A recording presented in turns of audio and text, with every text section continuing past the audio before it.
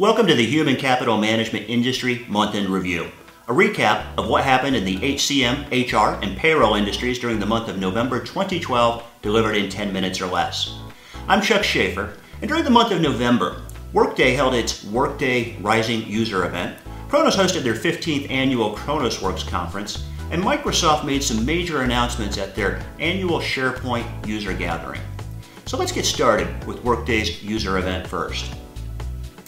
The month began with Workday Rising, Workday's annual user event that brought in an estimated 2,500 attendees to learn the company's future plans, product announcements, and customer success stories.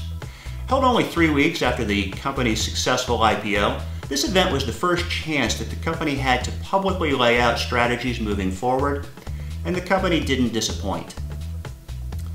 One of the more ambitious near-term goals the company has is the build-out of their financials package, and Workday is starting to gain significant ground in this development, with Workday 18 adding on improvements in both global tax and payment feature sets, reporting capabilities, and project planning integration functionality. Possibly more impressive, though, for the traditional HCM crowd was the announcement that the company made about recruiting. Workday has decided to build a recruiting application on their own, as opposed to acquire that feature set in the vein of SAP and Oracle's respective SuccessFactors and Taleo strategies. Still, these recruiting functionalities aren't going to be available until 2014 at the earliest, so there's still a lot of time on the clock and a lot of guesswork as to the strengths and weaknesses of this future application. Workday also previewed development plans for big data, which are expected to be released with Workday 19 for early customers and generally available in the latter part of 2013 in the Workday 20 release. The company's plans are to provide a prepackaged, data mirror-driven toolkit to allow customers the ability to integrate multiple data sources, including third-party information, for analysis and visualization, with data streams expected to be able to be included from a number of other cloud and social applications, such as Facebook, Twitter, and LinkedIn. Here's what we think you should know about the announcements the company made at Workday Rising. First, with regards to their build-out of their financials package, Workday is bringing to bear their proven capabilities for scalability to large enterprises, as well as reducing the amount of time that it takes to process financial data. Second, Workday's announcement about recruiting suggests that the company has no immediate desire to push an acquisition strategy to shore up product efficiencies. What's more, Workday's partnerships that were built on providing recruiting functionalities largely seem like they're in jeopardy, especially if you consider the company's announcements that it's time to make plans to decommission your existing applicant tracking system. And third, up until now, Workday's database structure has not enabled customers the ability to load any external data into the system, which meant that customers were forced to use third-party tools to create out-of-system data warehouses for OLAP and enterprise-wide analysis. Now the company will be able to offer customers connectors for loading data, pre-built analytics for a host of sought-after metrics, and tools for analysis that play off the speed and performance that the in-memory capabilities provide. Next up, Kronos held its 15th annual KronosWorks user conference, an event that Kronos billed as the world's largest workforce management event ever. And in true Kronos fashion, this conference was less about showmanship and more about delivering practical advice to practitioners. For example, based on what Kronos customers have asked for, a primary focus for this year's event was on analyzing customer big data. And Kronos brought in keynote speaker Billy Beane, made famous from Moneyball, to kick things off and rounded out the conference with multiple sessions on customer success stories about Kronos analytics capabilities. New analytics functionalities were announced, though, with particular emphasis on the company's Workforce tablet application.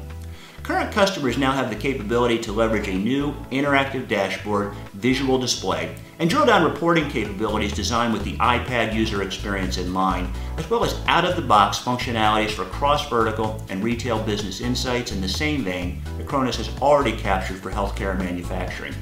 Here's what we think you should know about the 2012 KronosWorks conference. First, Kronos has been quietly and simply developing their applications in concert with what their sizable workforce management customer base has been asking for, a strategy that has allowed them to increase their global market share more than any other workforce management company in 2012, according to IMS research. Second, Perhaps the biggest item that Kronos was able to successfully address in this year's Kronos Works conference was that it is steadily chipping away at any and all of the reasons that prospective workforce management buyers might have to not shortlist their solutions. Productivity has always been front and center, but now with usability and business intelligence being addressed as well, Kronos is removing the barriers that often kept them off vendor selection shortlists. And finally, Microsoft held its annual SharePoint user conference where the company laid out its strategy going forward for what it plans to do with Yammer, an application that is increasingly becoming the communication tool of choice for many employees and businesses.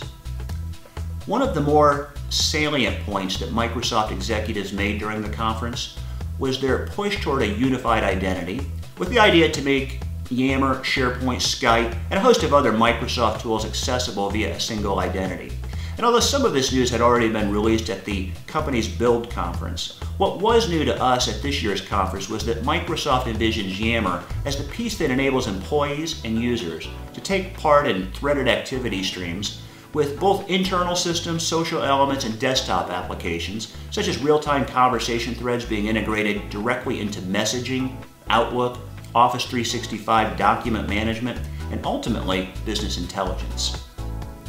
These announcements took place alongside news that Yammer had been culled down from 4 to 2 pricing options, with a free version called Yammer Basic and a paid version called Yammer Enterprise that was reduced from $15 per user to $3. Here's the top 2 takeaways we think you should know about with this latest news from Microsoft. First, it's important to keep in mind that it's been less than a year since Microsoft acquired Yammer. As we indicated in our initial coverage of this acquisition, the ever-increasing popularity of social applications for business purposes made this an interesting buy for Microsoft at the time, but now it would seem that the company is starting to leverage some serious investment and integration to get social to the forefront of their product portfolio. And second, while certain aspects of this Yammer strategy feel somewhat unrealistic and hazy, one clear indicator that is telling about Microsoft's commitment is the plan for SharePoint's 700,000 strong developer ecosystem to be able to utilize a new SharePoint app store for 2013, which is sure to also include Yammer integration to even more businesses, social and communication tools that HCM and IT leaders may find helpful. So with that, let's call it a wrap for November 2012. I'm Chuck Schaefer, and this has been the Human Capital Management Industry's Month-End Review. I hope you'll check back on the last day of next month as we continue to discuss the top events, news, views, and happenings for the HR, payroll, and HCM industries. Until then, if you have content suggestions for next month or beyond, or a topic that you'd like to see covered, please don't hesitate to let us know by visiting hrlab.com or sending an email to me at chuckschaefer@hrlab.com.